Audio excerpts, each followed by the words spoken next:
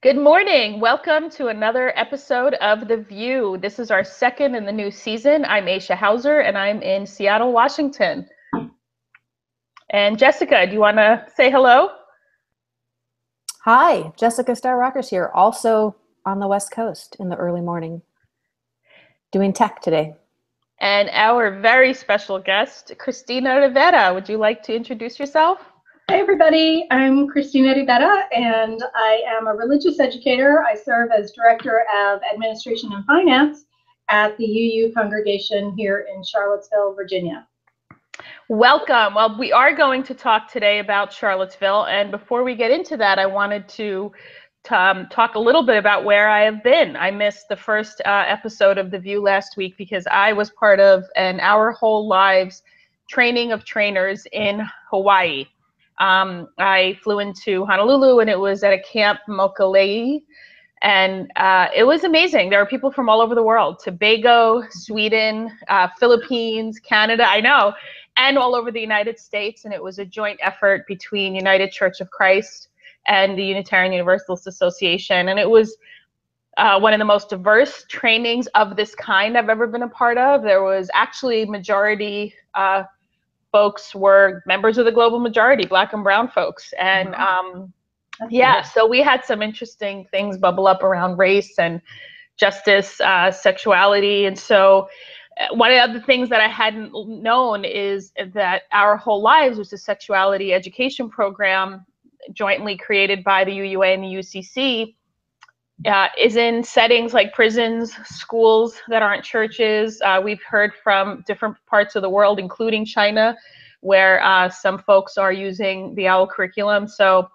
it's really quite extraordinary. It's very needed, obviously. And it was a very, like I said, a rich experience. And everything's about intersectionality, right? The discussions about race, even though OWL is primarily about sexuality and a holistic view of sexuality,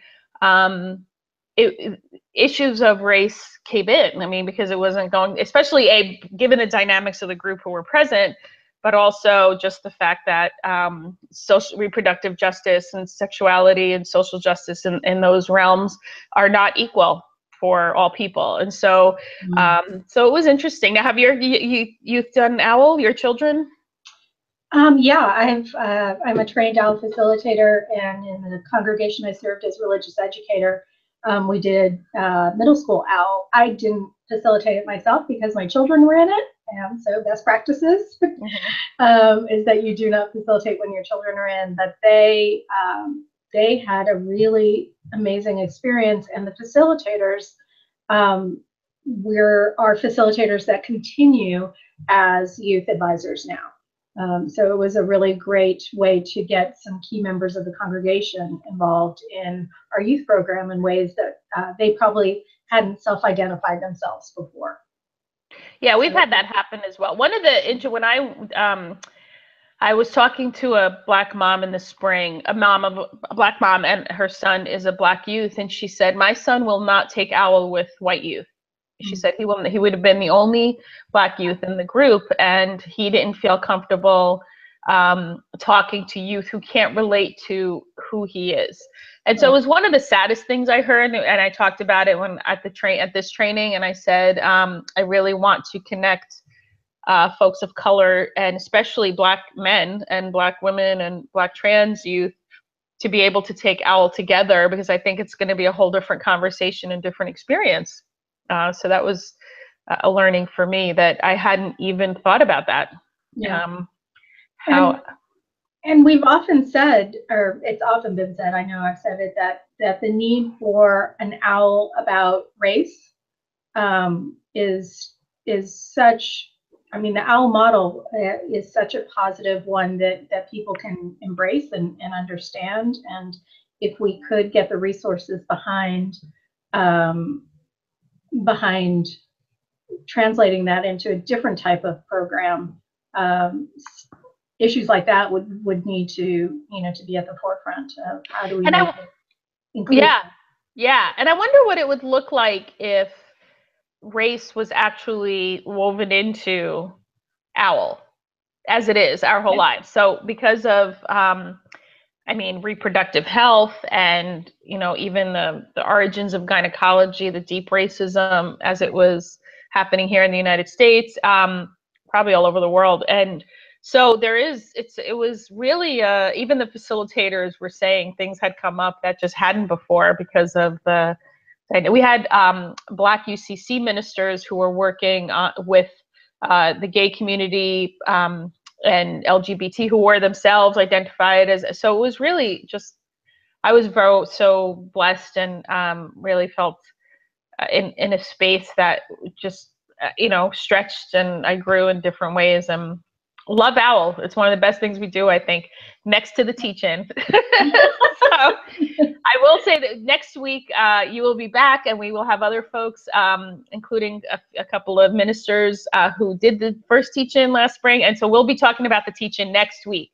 But just to let you all know, yay, we have announced a teach-in for the fall, October 15th or 22nd.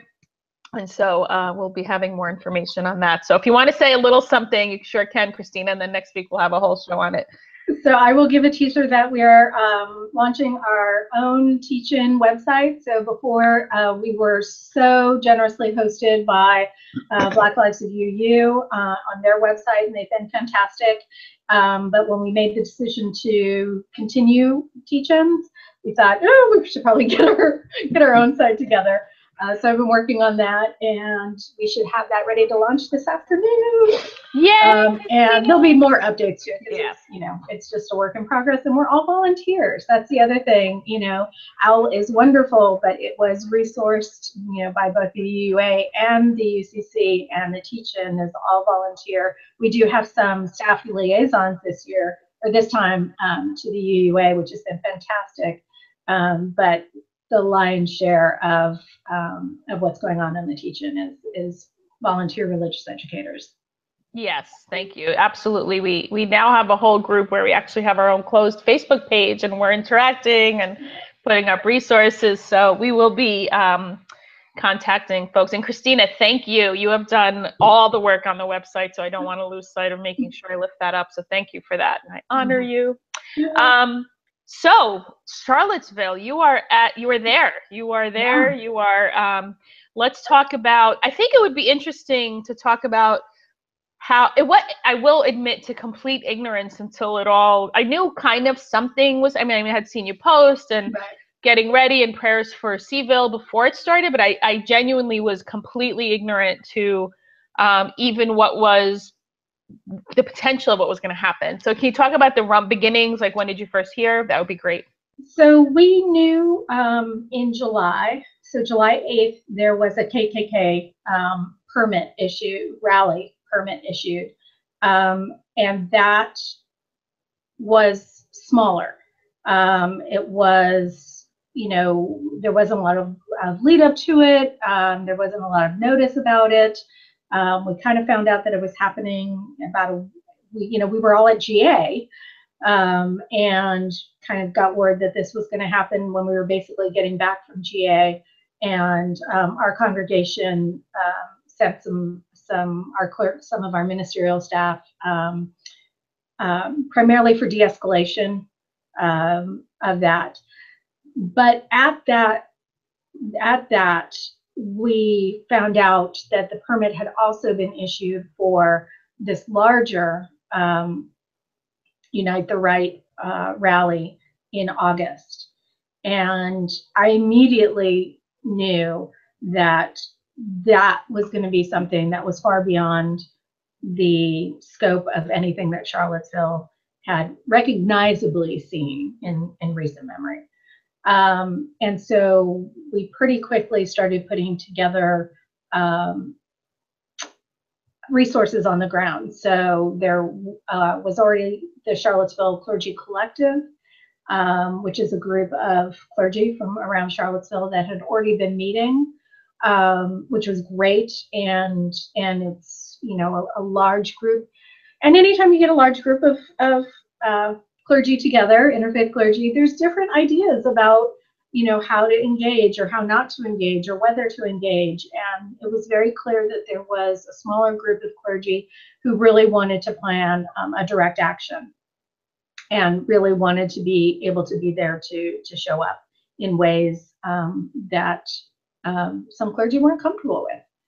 And so that is part of the impetus behind the collective that's called Congregate Seville. And so that's a smaller group, primarily, again, of clergy who got together and invited Deep Abiding Love Project, which was born out of the Ferguson Response Network. Leslie Mack is on there, Reverend Sekou is on there. They've got a great website. I encourage everybody to go to Deep Abiding Love Project because they've got it going on. And so they came, they were on the ground, and so as this is building, we know, this is getting bigger, and we know that the alt-right is we know that they're coming with the intent of violence. It wasn't anybody's. There wasn't ever, I don't think, at least in my experience of it, a time when we didn't know that this was going to be violent. And it was very clear in the clergy call when we decided to open it up to a clergy call, that it wasn't just going to be this on-the-ground collective, that we were going to invite clergy to come in. In that clergy call, it said, we expect that this is going to be violent. We expect that there's going to be injury up to and including death. And that was in the invite.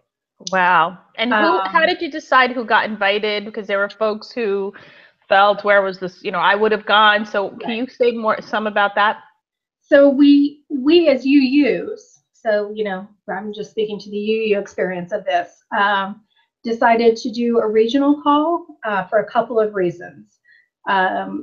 The time that we were putting out that call was very tight.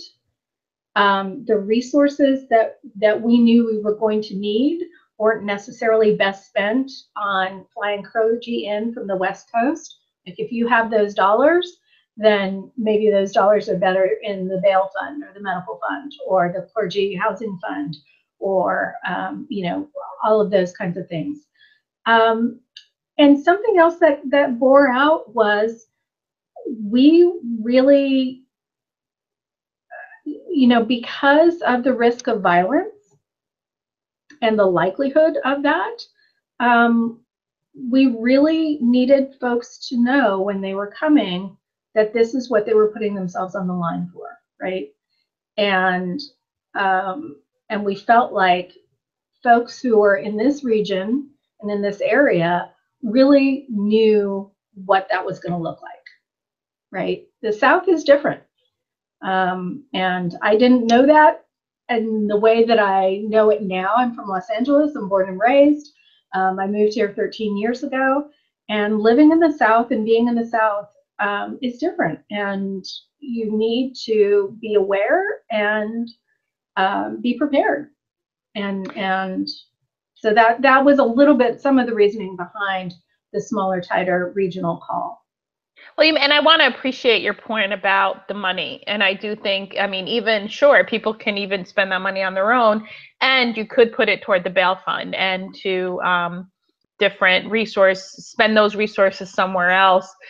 So I appreciate that perspective. So before we go back into exactly like that week and what led up to it, I do want to touch on, what do you think for yourself? What were your learnings going from the West Coast to the South for you? What are some of the things that were, that stood out for you as, wow, So I'm still learning, and I think I always will be. I learned in the South, like I said, I've been here, I think more than 13 years now. And even that, I'm still a visitor. I actually have to claim my husband's connection to the South with people to be able to have really any kind of say. His family's been here for, I think we're on a century farm, which means it's a farm that's been in the family for over 100 years. Wow.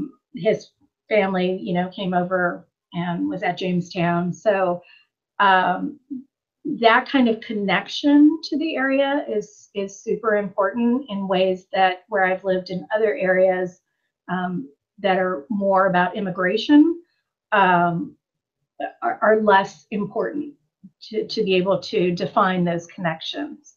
I think that the other thing that I've learned is it's really easy to demonize the South. And it's really, really easy for folks in other areas of the country to say, oh, you know, they're just a bunch of inbred, backwards people who, you know, are still fighting a war that's over. And that's really easy to say, and it's so not the truth.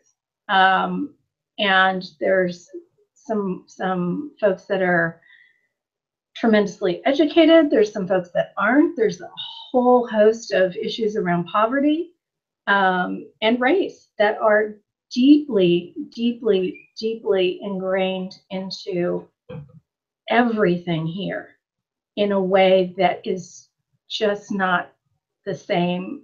I would say particularly on the West Coast, but in other areas, you know, that's where I grew up. So it's just different. And until you're in it and until you're experiencing it, it's hard to get other folks to appreciate the depth at which people struggle with it, and I mean that from all areas, you know, from being a brown woman in the South to, you know, Black, white, folks that were indigenous, folks that were brought here against their will, folks that came here and took and raped and killed. I introduced myself as working at the UU congregation in Charlottesville. The name of this congregation is actually Thomas Jefferson Memorial Church. And that is really hard for me to live with. Mm-hmm. And I very rarely identify it that way unless I'm, you know, doing something really specific for my position. And it's easy for people to say, oh, just change the name. And yes, if I could, you know, change it in a heartbeat, I would.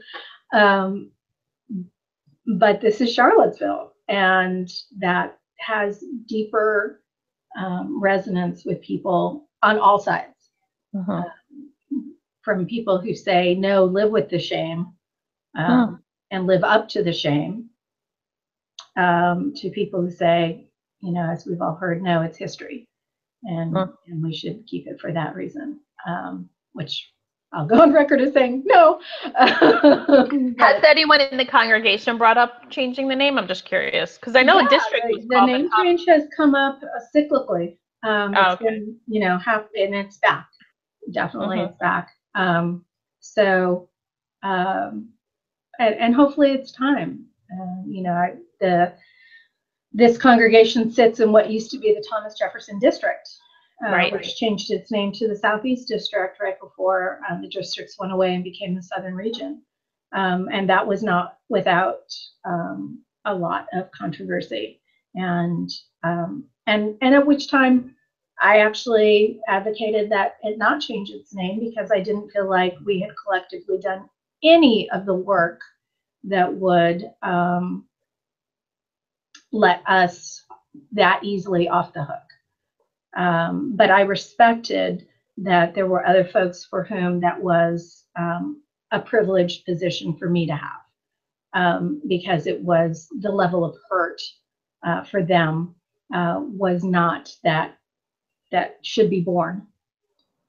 It feels like now's a good time to bring up the General Assembly, where there was a Thomas Jefferson ball and people were asked to come in period costume. I think it's one of the Hall of Fame episodes of, I don't even know what to call it. It's because I don't know that it was a mistake, because there was discussion of, I mean, definitely folks from the diverse revolutionary Unitarian Universalist multicultural ministries drum who made noise about how this is problematic. And I think it was it was either Hope Johnson or Janice Marie said, "So do you want me to show up in chains like a black woman?" I mean, how it just when I heard, I was not there. Were you there? I was not there, so I don't. But when I heard about it, it's one of those that it's like, no, like that, that just that. No, that wouldn't happen. That's not. I mean, okay, so already Thomas Jefferson Ball, that's not problematic, but come in period costume was where I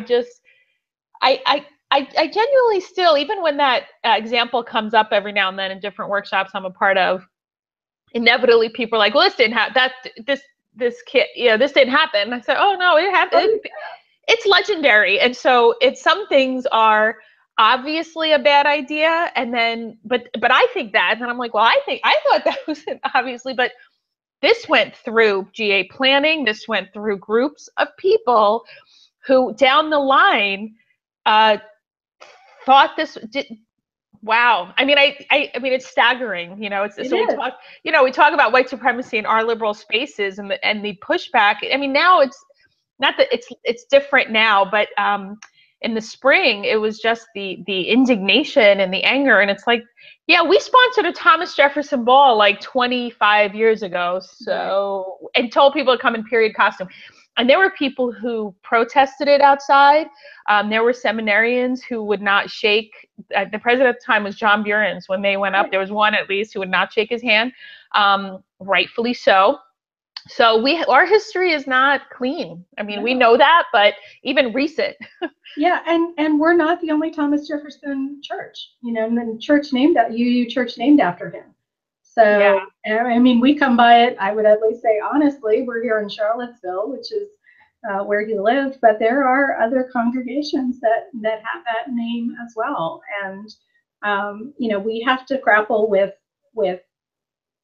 the white supremacy within Unitarian Universalism, as well as the white supremacy without, because it's all interconnected. And we cannot possibly say that we are above that or that's somebody else's problem. It is we are just as much of this world, Monday through Saturday as we are on Sunday. Amen. So thank you for that digression. I think it was important leading up to. So also my other question is, leading up to the events of that weekend, what was your role and how did you see? I mean, were you part of the clergy interfaith network? What was your specific role? And then talk us through that week leading up to the march. So I was actually on vacation. I was trying so hard to practice self-care after this year. And so I was in Puerto Rico, which was a trip that I had planned for years and saved for years for to be able to take my kids to be at. And so all of this was happening while I was there. So I came back on the 4th. The 11th is when it kind of all went down. And I was gone for most of July. And so most of my connection was putting people together. So putting, the clergy collective with Deep Abiding Love, being a connection back out to Standing on the Side of Love and the UUA, figuring out what we were going to do within our congregation. And then we decided that what would be most helpful for us as UU Charlottesville to take on is the clergy housing portion of the organizing. So I was responsible for all of the incoming clergy, making sure that they had places to stay, as well as, this wasn't something that we advertised at the time, but afterwards I was also making safe spaces available for people of color and trans folks who were coming, as well as the medic crews, the Care Bear teams, basically making sure that all of the organizers had safe spaces, as well as fallback spaces. So that, we did have some organizers that were targeted and we had to move quickly to other safe space locations. So can you say what fallback spaces are and what Care Bears are? So care bearers are, when you're running a direct action, there's lots of different roles. There's marshals, there's medics, and people are kind of more familiar with those. But care bearers are the actual people that make sure that those of us that are participating in the direct action, like have food, have water, you know, we need to figure out some place to go to the bathroom, they figure out that for us.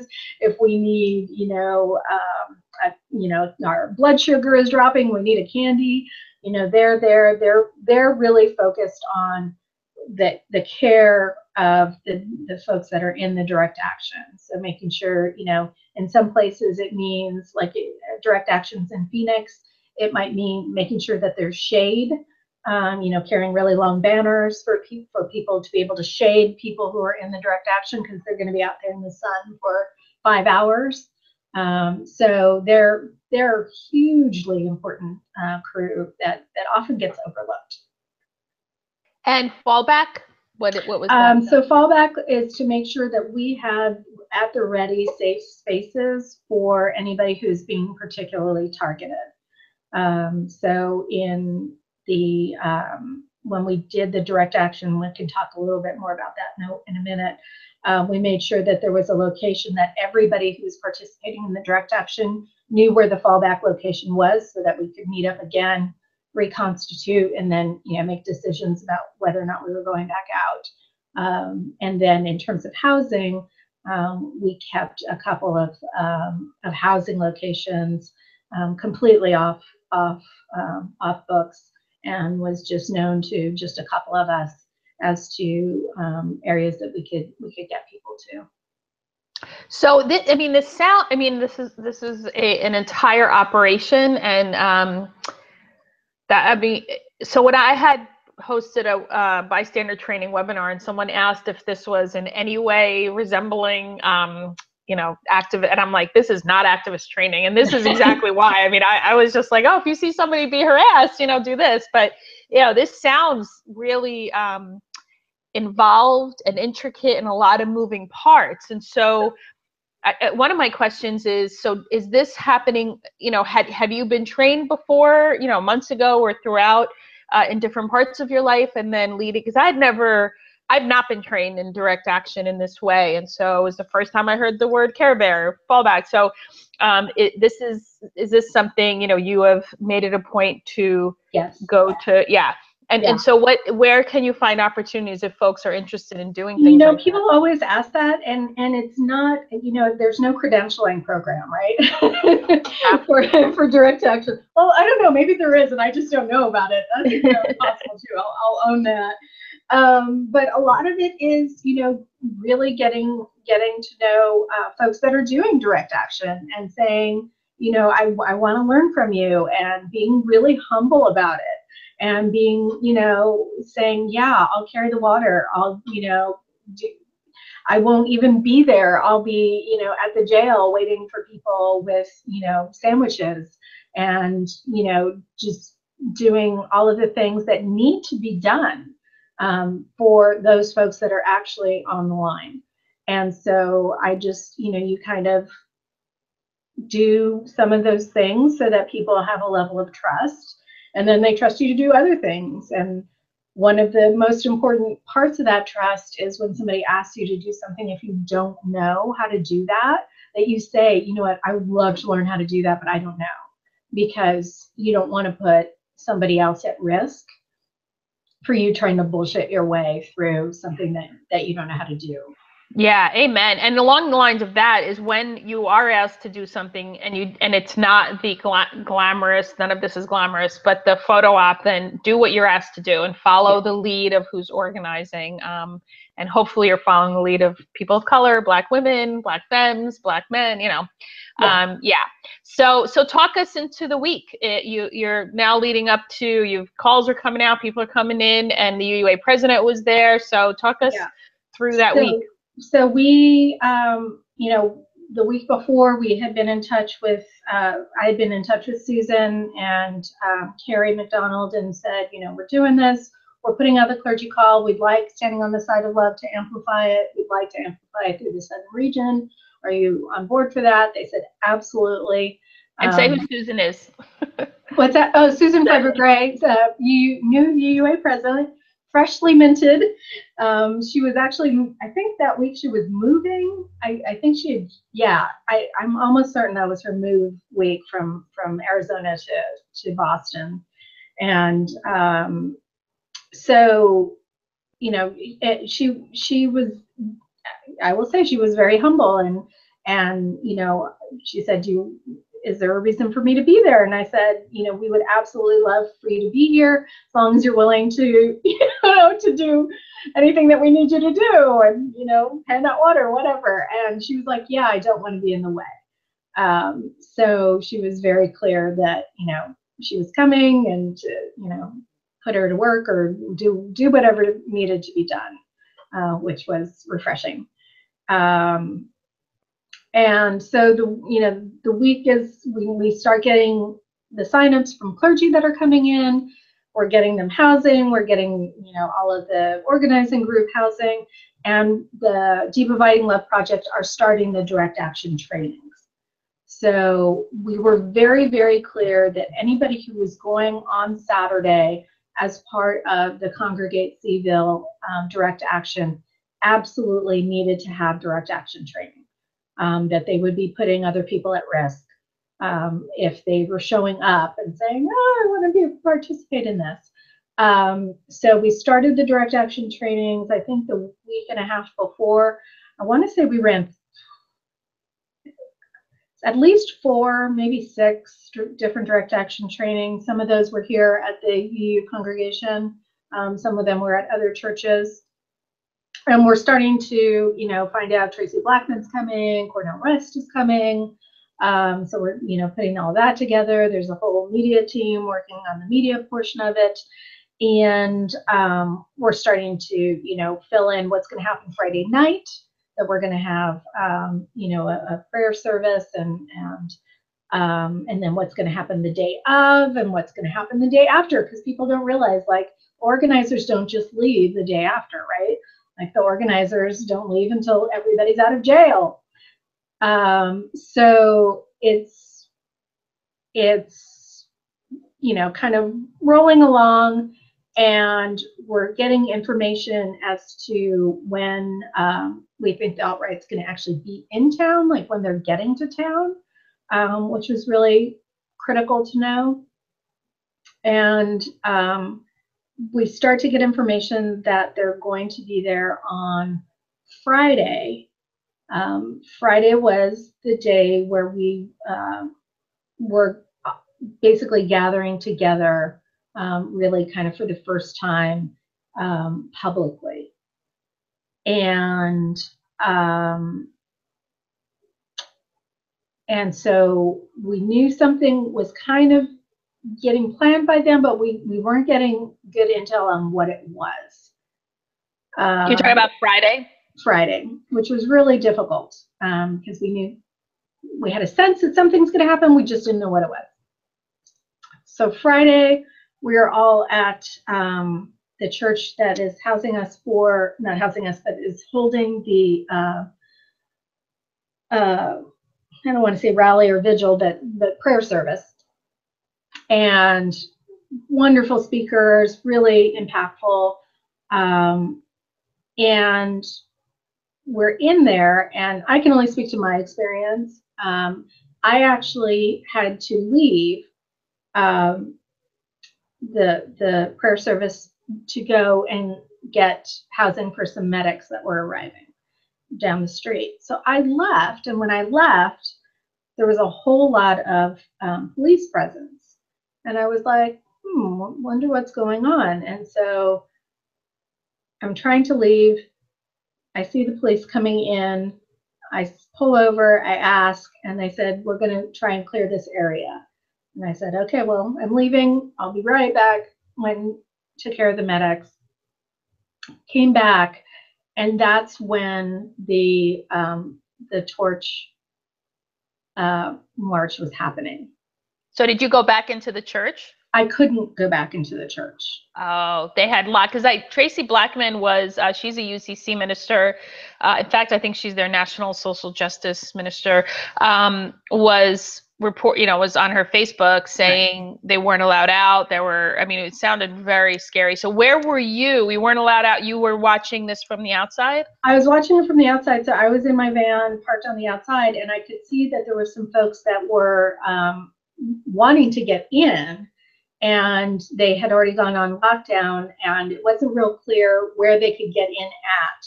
So I said, well, our church is just literally 2 blocks away. If you guys need, safe space, let's move your location to there if that's something that you want. And so it turned out, yes, they were just like trying to get out of the swirl. And at that point, I still didn't know the size and the scope of what was happening, right? Because it was happening. Yeah. And Wow. you really couldn't see. And so I scooped up about half dozen of people into the van and took them over to our church. And it wasn't until later when we got the all clear that they were releasing people out of the church and we went back that we really saw the full scope of what had happened. So how did does anyone know, and forgive me for not following up after, how did that even happen, that this torch wielding group who were supposed to meet on Saturday know to target this church of people worshiping together and or just being together? Like, how did that even happen? I don't know honestly, I still don't know if that was happenstance, because that church is directly across from UVA and they were marching towards Jefferson, the statue. And so I think it was a confluence of events. Oh, okay. I don't think that they were targeting the church, but certainly once I would assume once they knew who was in the church, it was, gravy on their mashed potatoes. And how did you find the police that night, Friday? What was your experience of how they were managing things? I found them very overwhelmed in terms of just not knowing what to do, and being in a position of people looking to them for what to do, and them just really not having any idea.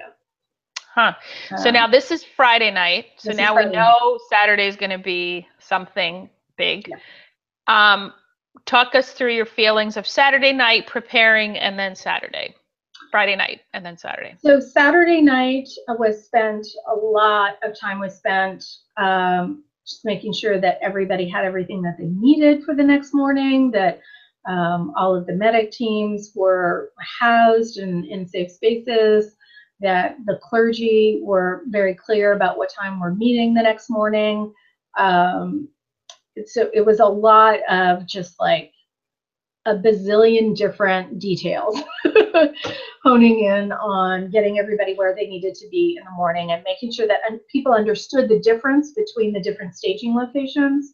So one location was going to be doing, basically a march from a 3 block march from the Jefferson School Center to one of the parks that was not the targeted park. And then at the Methodist Church was where, Baptist Church was where we were going to be gathering those who are going to be going to the direct action. And so, and trying to get sleep. Like, people were like trying to have a hard, like, we got to go to bed, right? We need rest. So trying to make that happen.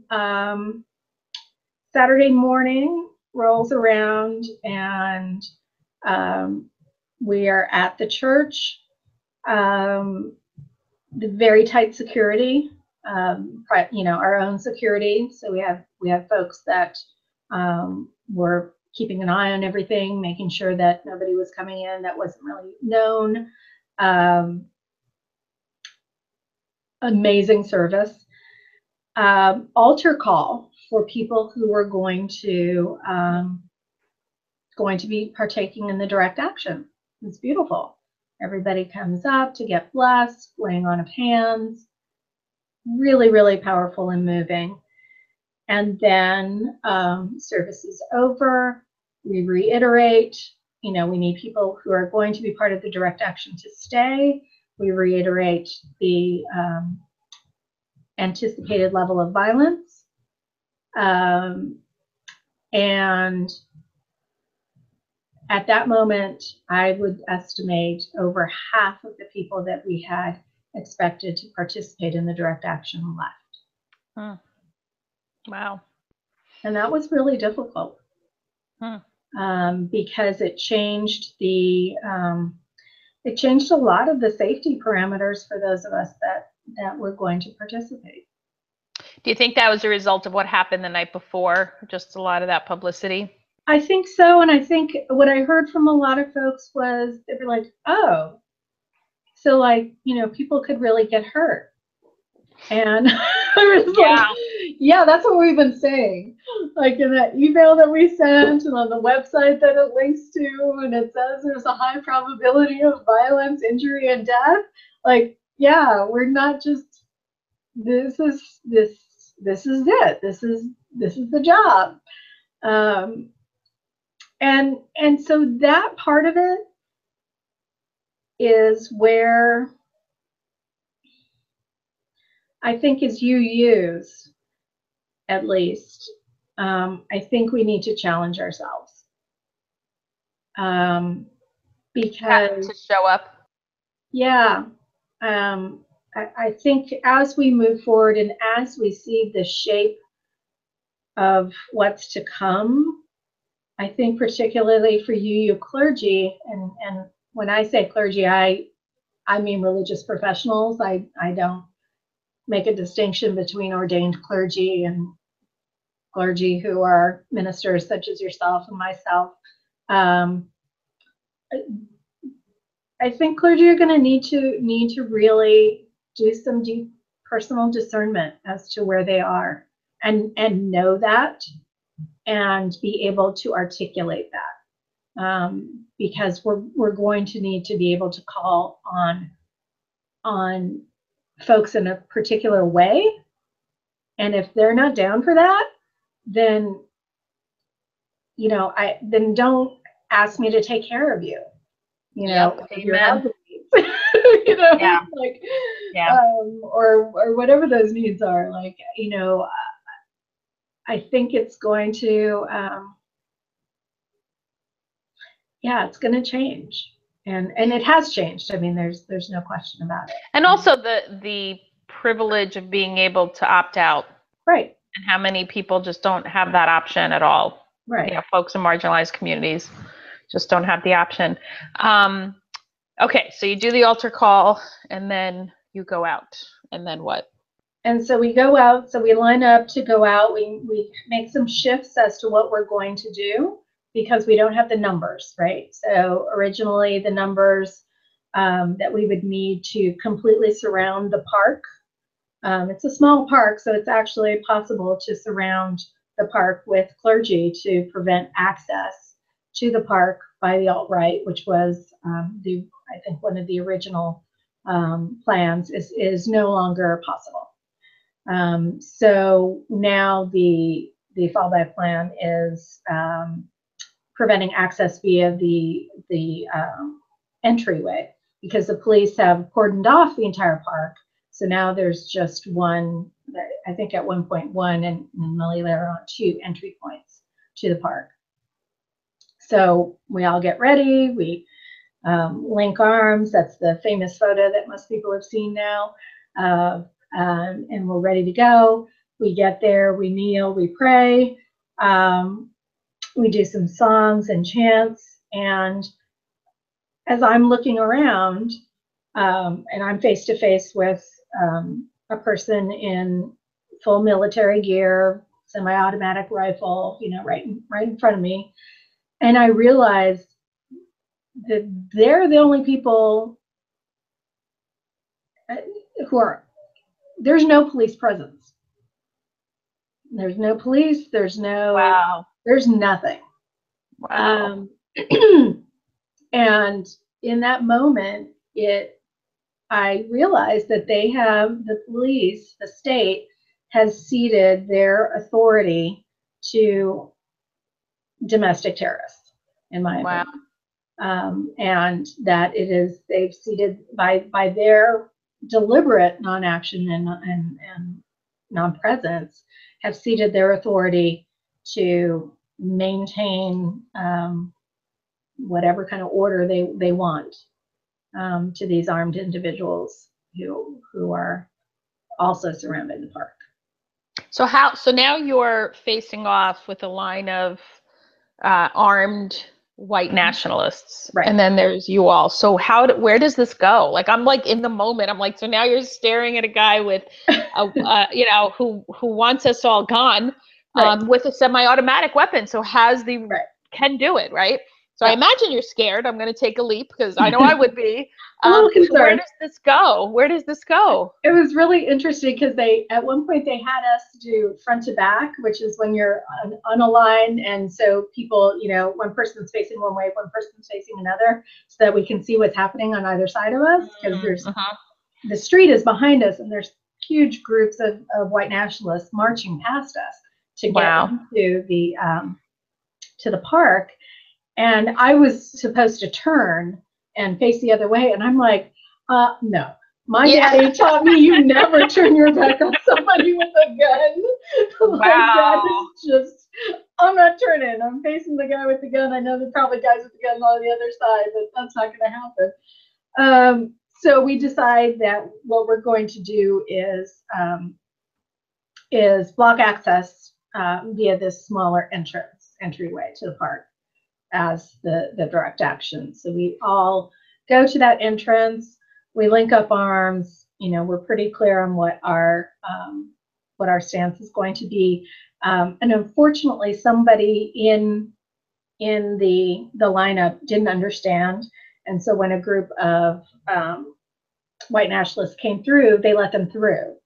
And so we were like, and so now the folks who are supporting us down there are like, why? It looks like you're protecting them. And we're like, no. Oh no. There's a little bit of miscommunication. We've got to work all that out. And so we're standing there firm in what we're going to do.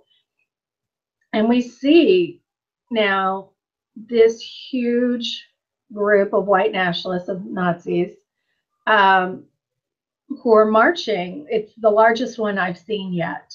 Wow. And they've got clubs, they've got shields, they've got riot gear on, they've got the whole 9 yards. They're pepper spraying people in their path, and they're coming at us.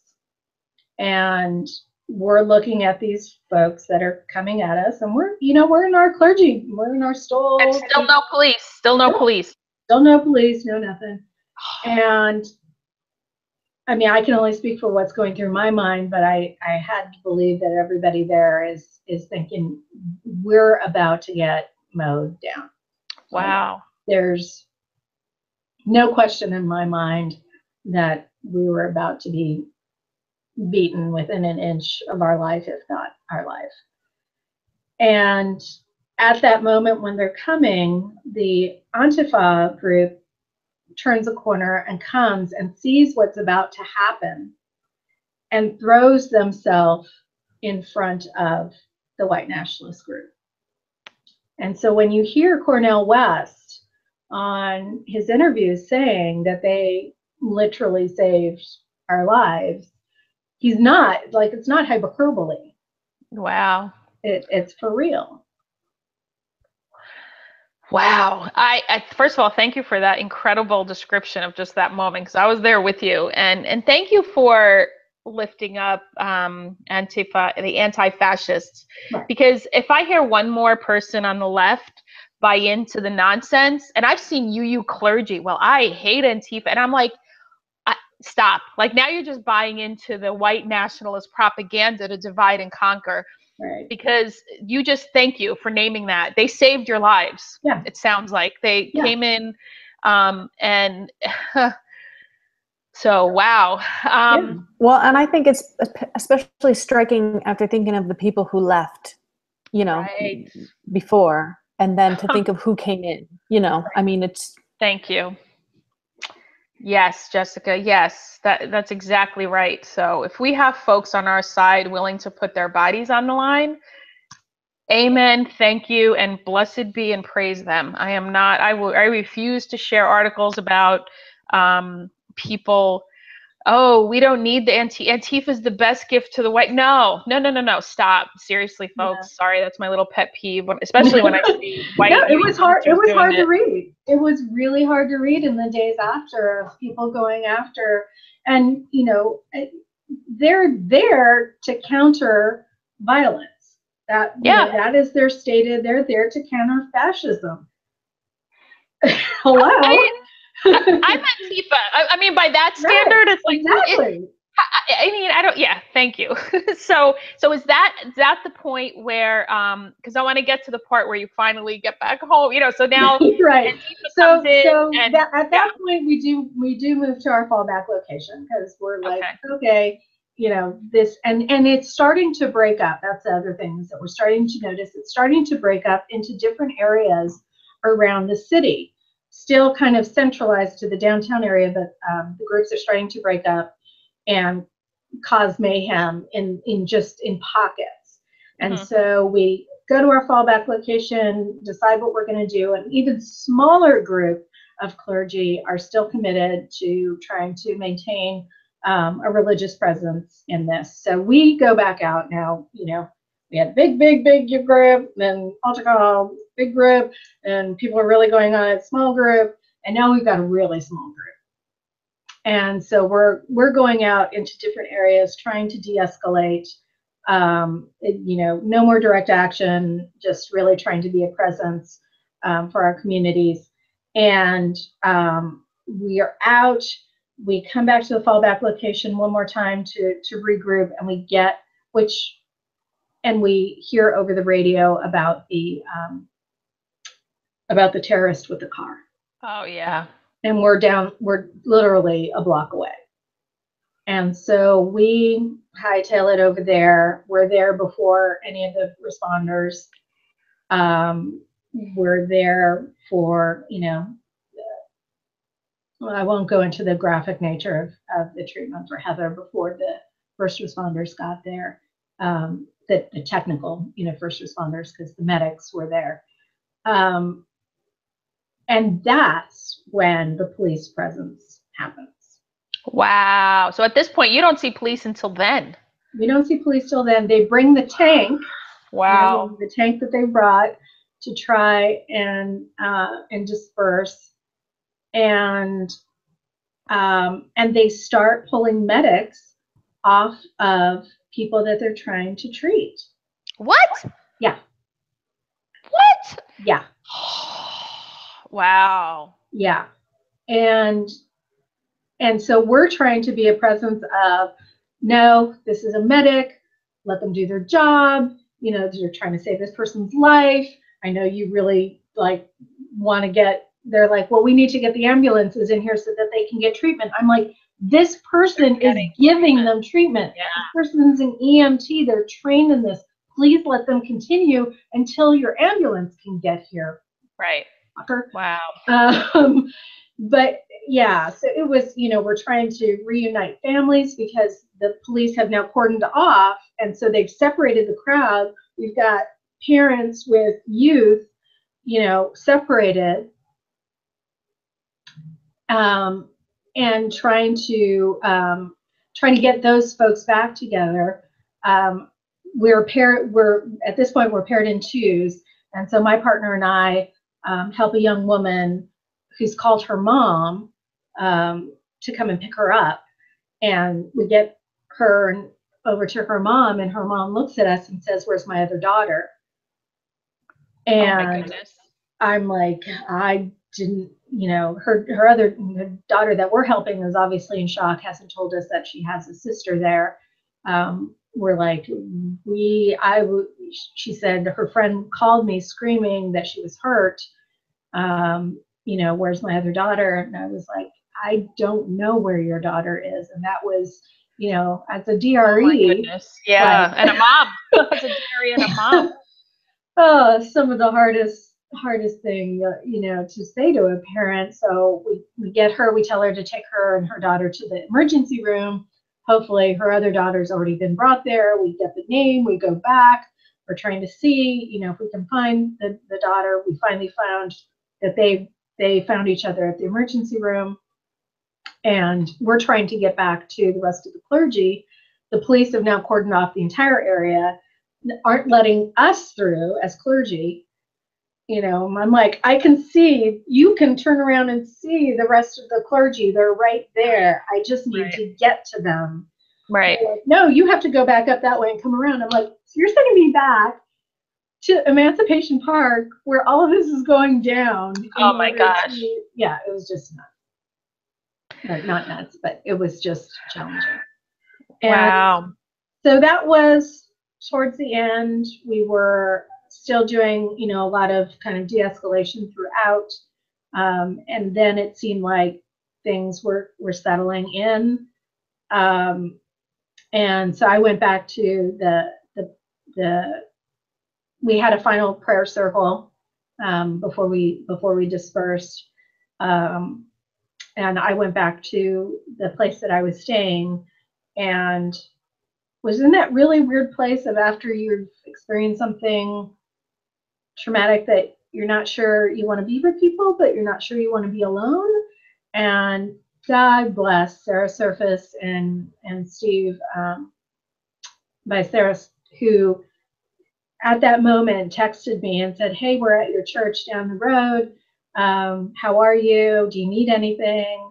And we're good, and I said, do you have any plans for dinner? And they said, well, we'll come to dinner, we'll have dinner with you. And do you need anything from the grocery store? And I was like, well, I don't need anything from the grocery store. God bless you. He's like, no, do you want anything from the grocery store? And I was like, I want some fruit. Like all I could think of was fresh fruit.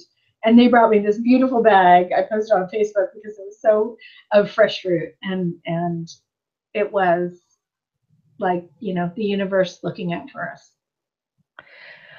Wow, I could go on another hour just hearing that. I mean, thank you for that narrative. I mean, it's certainly one that I have not heard in such complete detail. So I'm really appreciative. It could not have been easy reliving that. So I really appreciate your doing so. And I'm really excited to say you'll be with us again next week with a whole group of folks talking about the next UU white supremacy teach-in. So Christina, thank you for your ministry. Thank you for your work. Thank you for being on The VUU.